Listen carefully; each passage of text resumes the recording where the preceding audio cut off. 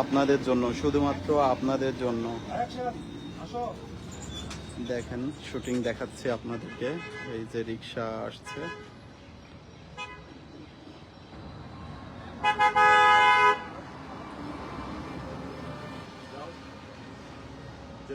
বসো।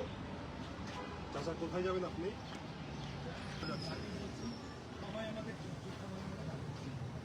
আচ্ছা বসছি, আপনার ঠিকানাটা দেন তো দেখি। ঠিকানাটা দাও, ঠিকানাটা করো।